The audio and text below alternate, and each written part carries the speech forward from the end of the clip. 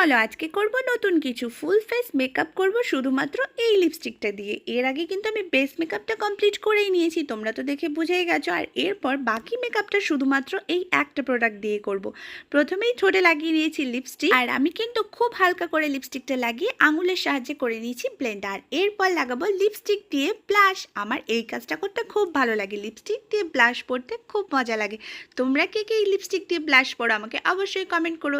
এরপর দেখো বাকি জায়গাগুলোতেও লাগিয়ে নিলাম, মানে চোখের ওপরে, থুতনিতে, নাকে, এগুলোও তো একটু লাল লাল করতে হবে। আর চোখের ওপরে আইশ্যাডোটাও আজকে লিপস্টিক দিয়েই পরবো। আর কত সুন্দর, শুধু একটা আঙুল দিয়ে আমি আইশ্যাডোটাকে ব্লেন্ড করে নিলাম, মানে লিপস্টিকটাকে ব্লেন্ড করে আইশ্যাডো করে নিলাম। তোমরা দেখতে পাচ্ছ আমি কিন্তু হাত দিয়ে ব্লেন্ড করতে খুব পছন্দ করি, বিশেষ করে আইশ্যাডোটা। আর এটা আমি কি করছিলাম ঠিক জানি না, এডিটের সময় দেখে বুঝলাম এটা অনেকটা ওই চোখ মারার মতন হলো না।